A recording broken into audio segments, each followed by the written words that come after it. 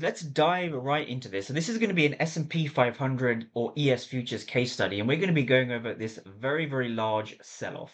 So when the market sells off, you can time these trades with a lot of precision if you simply understand what is going on. So when I trade, I only use a few concepts, right? I use liquidity. So I use Asian range liquidity. I use fair value gaps for my entry. And then, of course, I use order flow for confirmation. So let's just get into the video. So I always like to start my day by understanding where I am in terms of price. And market structure is very important. So if I just give you a quick snapshot of how I was looking at market structure, right? I had a structural high, I had a structural low, and then price broke structure, and I had a structural high. Now, what is important to understand is that I base my trading off the four pillar approach. The first of them is market structure. Now, market structure is important because you need to understand the overall direction of the market, right? So market structure can be seen as the market's vehicle. Now, once you have market structure down, the next thing you want to focus on is your dealing range. Dealing range is the most recent swing low up to the most recent swing high. So this is the dealing range principle that we're going to be focusing on, right? So you need to understand that this here is your dealing range, right? This kind of region here, I guess, is your dealing range. From this kind of red diagonal line represents the most recent low and the most recent high that we are currently trading in. Now, once you have that, you project the fib tool from that swing low up to that swing high, and you have what you call your premium and discount arrays. Now, once you have your premium and discount arrays, you then want to find your fair value gaps, right? And this leads on to POI selection. So this was Thursday, the 7th of August, and we're going to be going over a very, very large breakdown, very, very large sell-off case study you could have taken. So how this trade was taken, if I just kind of go to the if I just go to the Discord. So the Discord itself, if I just go back to here, we're going to be breaking this down in terms of first the price action. So first we're going to be breaking down, we have a key level over here. This is a POI or a key level. So what makes a key level? So I am looking out for what we call 15-minute fair value gaps. 15-minute fair value gaps are the most important thing in my trading, right? I don't take anything more seriously than a 15-minute fair value gap. The power of using a 15-minute fair value gap is that trading becomes very simple. So the reason this trade was successful is a few different things, right? I'm trading from premium because we're above the 50% area, and I'm targeting the discount. Now, specifically, I'm targeting also the Asian range low, just like this. So the way we want to do this is we want to look for a break and retest on the 15-minute time frame, right? Or specifically the 1 minute time frame. So how was I doing this? So what we're doing is we are now waiting for market open, right? We want to understand how the market was opening. So, right, so we're just being patient and we're waiting for market open, right? So if we just head up to the 5 minute time frame, so I want traders to understand that every strategy you use must be simple, right? It's all about using a simple strategy. We can either break above, right? And we can then look for a trade kind of like this, or vice versa, we're looking for a break below, entry, and then we're looking to retest lower. So this particular trade was a retest lower. And the reason why I had a short bias going into the day is for a couple of reasons. First of all, we can see price has taken out the Asian range high and price hasn't taken out the Asian range low. That's one reason. The second reason is that if we look at the daily candle like this, right? This is the daily PO3 candle. I love to use this from ICT Concepts. We can see the daily opening price is actually all the way down here, right? So we're way above the daily opening price. So we want to be essentially selling when we're above the daily opening price. So when we're above the daily opening price, let's say it's here where my pen is, we want to be selling above. We want to be targeting the daily opening price. And that's kind of all you need with ICT concepts. You need to know power of three and you need to know fair value gaps. After that, everything comes down to essentially order flow, and you need to be patient to wait for market open. So understanding what's going on at key levels is the most important thing. So if I just head over to the Discord now, we're going to be going over $637 day, basically, right? So what was going on, was this. So let's go all the way back to the pre-market game plan. So this was my pre-market game plan, and I'm saying this to traders, right?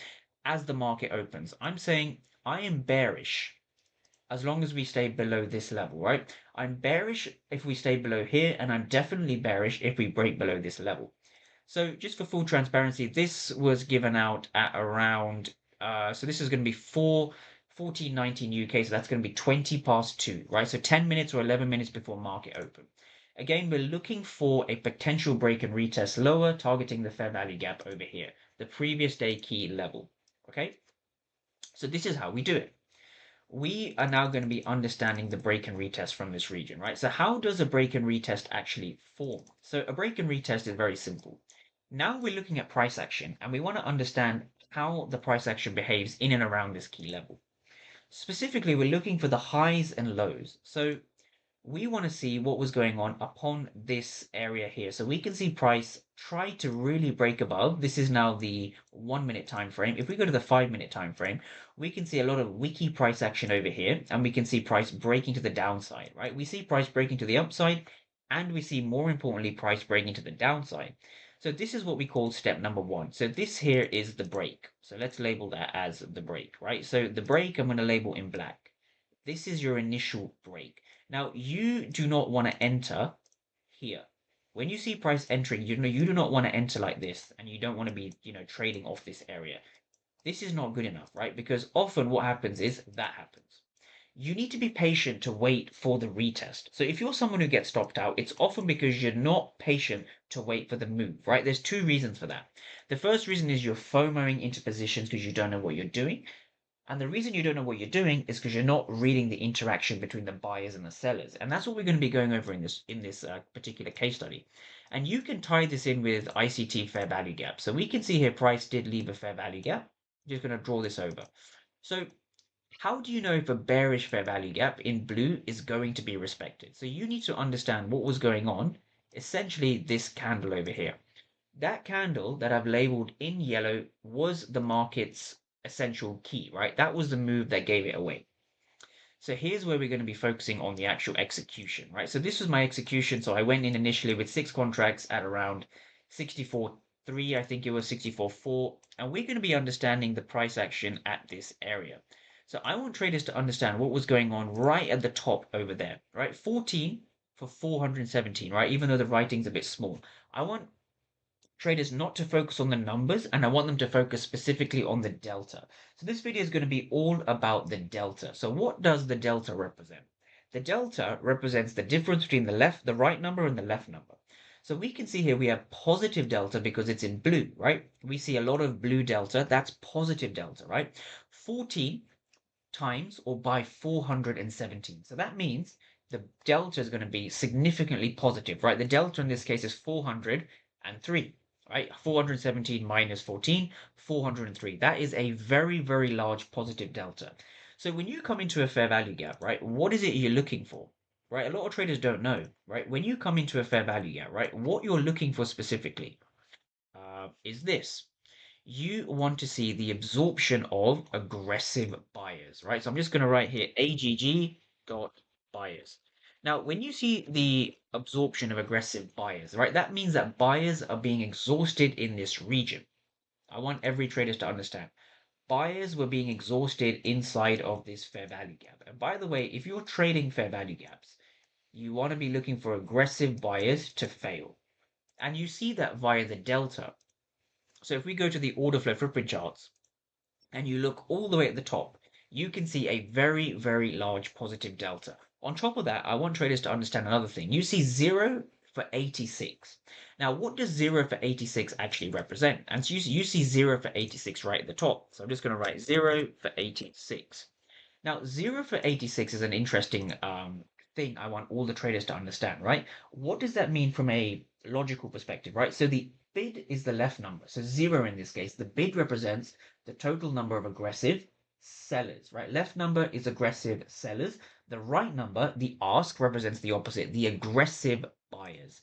And you can see this via the delta footprint charts, right? So if you're trading fair value gaps without delta footprint charts, or you're trading breakouts, support and resistance, liquidity concepts, supply and demand, you don't know if your liquidity sweeps or your breaker structure, or whatever it is you're looking for, you don't know if it's going to hold if you haven't got data, real market data backing it up, right? Buyers and sellers tell you who is in control at the key levels.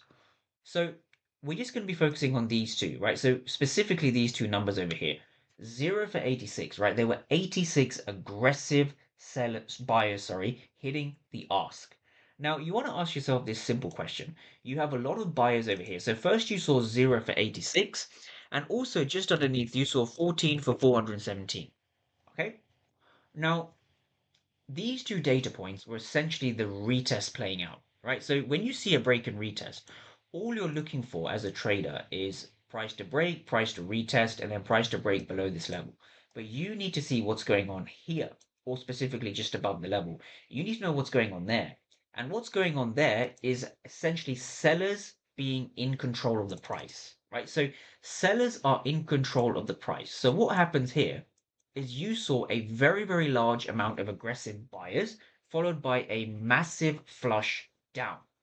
So what that shows you is that on the 1 minute time frame, this fair value gap has been respected, right? This fair value gap here has been respected, right? Aggressive buyers have failed to break above the level.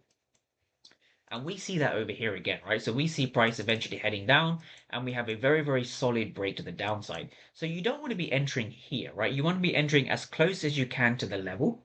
And essentially you want to be waiting for a valid retest. Again, how does a valid retest work? Well, it works by using order flow footprint charts, right? You need to be understanding what's going on between the buyers and the sellers, right? So this is why the delta footprint charts are important. Now, what's important to understand is we can see the aggressive sellers stepping in after the aggressive buyers, right? But what's the difference between the aggressive sellers and the aggressive buyers? The aggressive sellers have been rewarded with follow through. So you're looking for delta and you're looking for follow through. Delta and follow through. Very important to understand. So you can see here the red delta is negative, right? Here the red delta is negative, negative, negative. And these negative deltas break below the level, right? So using candlesticks alone are never going to give you the indication you need to actually become profitable, right? Neither is liquidity, neither is support and resistance, neither are trend lines, EMAs, RSIs, and the list goes on. If you can simply look at breaks of levels with order flow, you have a much higher strike rate. Now, with that being said, it's never going to be 100%, but it gives you an indication as to what's going on with price, right? So we can see here again, what's important is that you can see here 55 for 169, 27 for 211. Now, again, not focusing too much on the numbers, we're focusing on the delta. Who is being rewarded in this situation, right? You're seeing buyers not being rewarded. There were buyers sitting over here with the positive delta not being rewarded. There were buyers sitting over here that haven't been rewarded. Now, when you see all of the buyers not being rewarded, but the sellers are being rewarded, that tells you sellers are in control and you want to be selling, right? It's that simple. So a simple break and retest comes down to reading a couple of numbers, but more importantly, the delta at key levels. And so once you have your break and retest confirmed, you can enter over here with a stop loss above this level. So if I just go up to the 5 minute chart, it was a little bit clearer on the 5 minute.